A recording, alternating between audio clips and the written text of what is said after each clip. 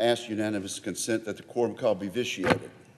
Without objection. And I also ask unanimous consent that Lieutenant Samuel Krakauer, a United States Coast Guard fellow with my staff, be granted floor privileges for the remainder of this Congress. Oh, without objection. Thank you, Madam President. And I rise today in strong support of our United States Coast Guard. For more than 230 years, the U.S. Coast Guard has watched over our shores, protected against foreign threats, lent a helping hand to those in need of rescue, and enforced the rule of law. The Coast Guard lives by its motto, always ready, and has earned the trust and admiration of the American people. America could not do without this uniquely capable branch of our military. The Coast Guard is so effective and so versatile that it is tasked with 11 statutory missions spanning the entire globe. One of the best-known Coast Guard missions is search and rescue. The Coast Guard carries out 45 search and rescue missions on an average day, saving the lives and property of Americans in dire need. The Coast Guard also protects our ports and inland waterways, facilitating billions of dollars in trade and maintaining the navigation aids that make sea commerce possible.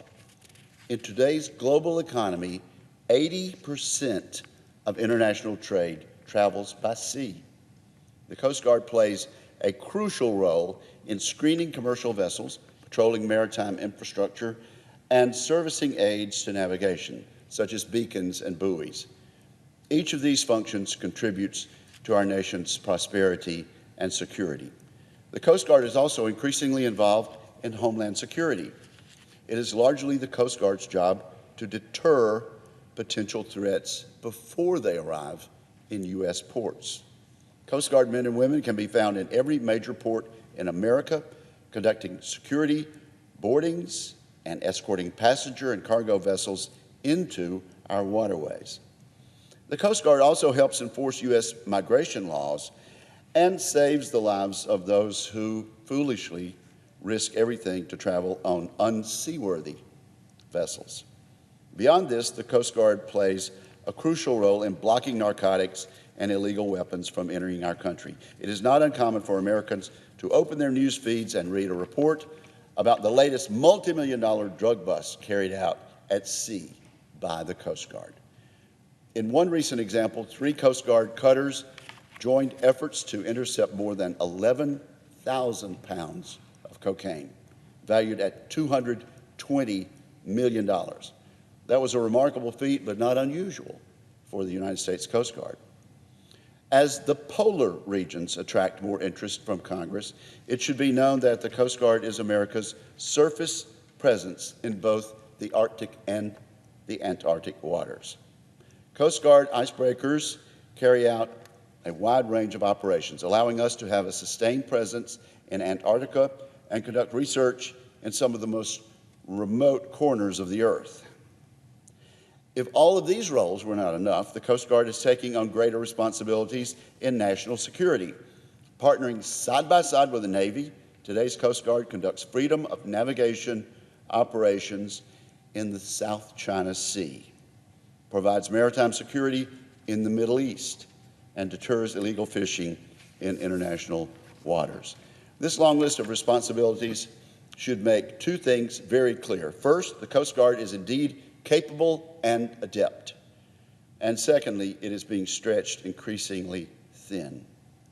Today, the Coast Guard is being asked to carry out almost every maritime task imaginable. But Coast Guard funding has not kept up with these increased demands. This, the 5th branch of our military, needs the certainty, predictable funding, and authorities necessary to accomplish all of its missions. Congress has the ability to meet these needs, and I'm asking my colleagues to do so by supporting a new bill, the Unwavering Support for Our Coast Guard Act. This legislation would essentially do 5 things. Number 1, it would protect pay and allowances for Coast Guard members during a government shutdown. During the latest government shutdown, the Coast Guard members went without pay, yet continued to serve admirably.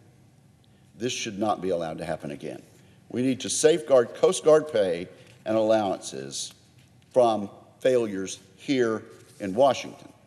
Number two, the legislation would provide full funding to eliminate the shoreside facility maintenance backlog while building resilience into these facilities.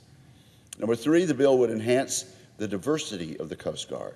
Four, it would support needed renovations at the Coast Guard Yard in Maryland. And five, the bill would require the Coast Guard to tell us the assets and facilities it needs to complete all of its missions. For too long, the Coast Guard has been asked to do more with less.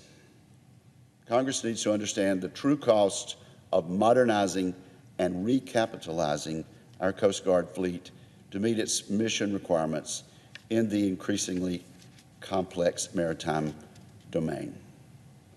Madam President, I'm proud of my state's role in supporting the Coast Guard fleet recapitalization efforts. Mississippi is building two of the vessels that will be the vanguard of our Coast Guard for years to come, the National Security Cutter and the cutting-edge Polar Security Cutter. The National Security Cutters have already proven themselves to be the most capable and versatile ships the Coast Guard has ever used. They can deploy all around the world, integrate seamlessly with our NATO allies, and use next-generation technologies like unmanned drones to extend their reach. These cutters are especially effective at countering drug smuggling, illegal fishing, and the illegal movement of migrants. America will also benefit significantly from the new Polar Security Cutters, which will be the first heavy icebreakers built in America since the 1970s.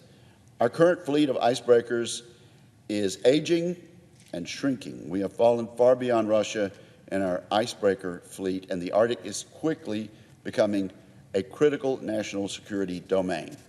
A fleet of new Polar Security Cutters will allow us to maintain a heavy presence in polar regions and keep our adversaries at bay.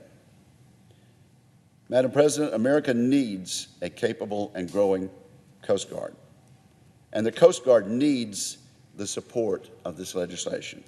I look forward to working with my colleagues to provide the Coast Guard with the resources it needs to continue its exemplary service to our nation. Thank you, Madam President, and I suggest the absence of a quorum. The clerk will call the roll.